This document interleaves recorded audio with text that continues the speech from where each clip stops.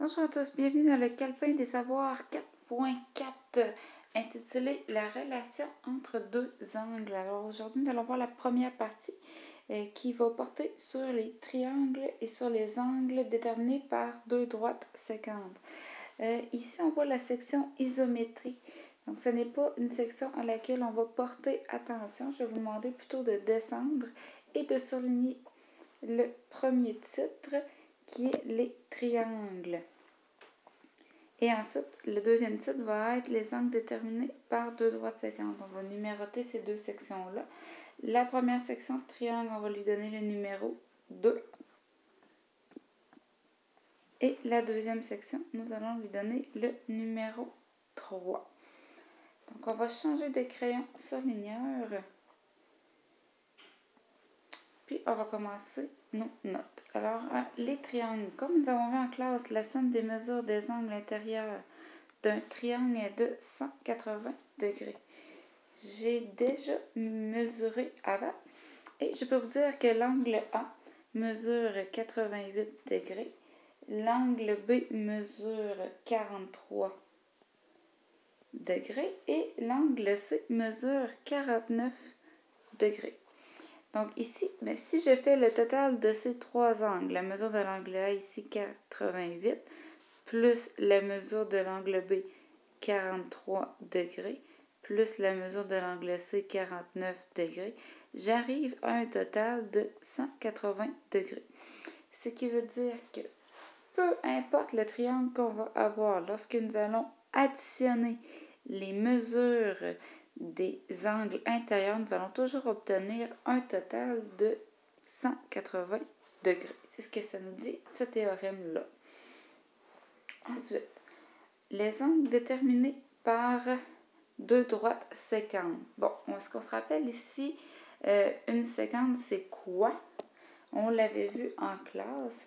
Une sécante est une droite qui coupe une figure géométrique. Elle pouvait couper aussi une autre droite.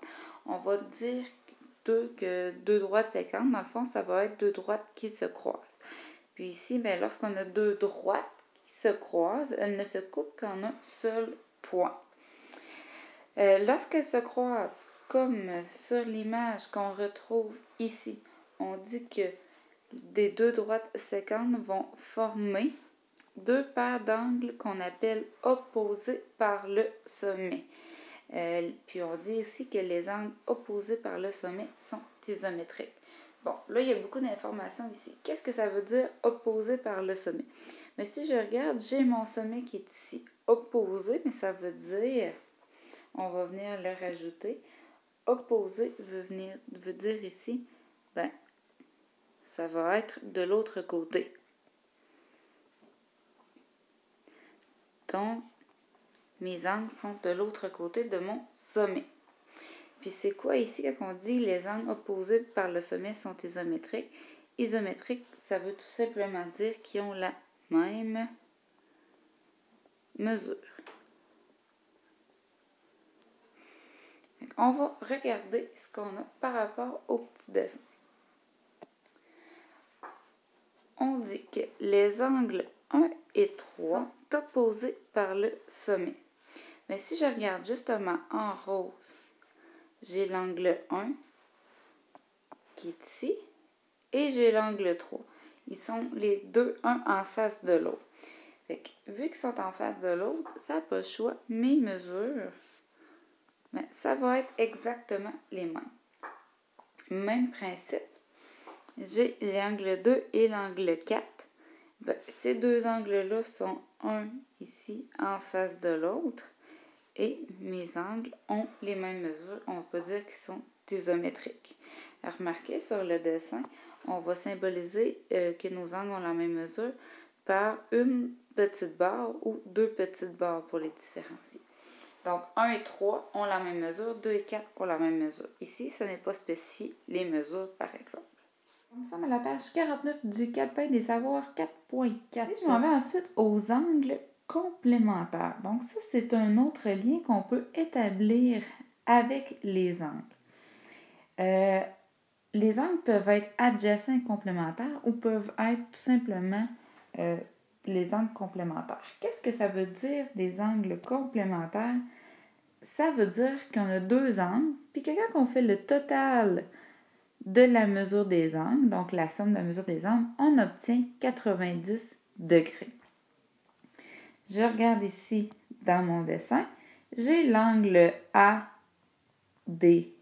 qui mesure 31 degrés. Puis j'ai l'angle BDC qui mesure 59 degrés. Mais quand j'additionne l'angle ABD qui mesure 31 degrés avec l'angle BDC qui mesure 59 degrés, j'obtiens un total de 90 degrés. À ce moment-là, on dit que mes angles sont complémentaires. Même principe qui est en bas ici. J'ai l'angle E qui mesure 62 degrés que j'additionne avec la mesure de l'angle F qui mesure 28 degrés. J'obtiens un total de 90 degrés. Donc, on va dire que deux angles sont complémentaires si la somme de leur mesure est de 90 degrés. J'ai un petit truc pour retenir la définition de complémentaire. Ici, complémentaire, j'ai le son C qui va faire K, comme complémentaire. Et 90, ben, ça commence par un autre K. Donc, j'ai le son K. Fait que à ce moment-là, quand j'ai le son K, la somme des données vaut 90 degrés. Je peux établir une relation aussi avec des angles. Je peux dire qu'ils sont supplémentaires. À quel moment je vais avoir des angles supplémentaires? Si la somme de leur mesure est de 180 degrés. Donc ça, c'est ce qui va former un angle plat, si je mets les deux angles ensemble.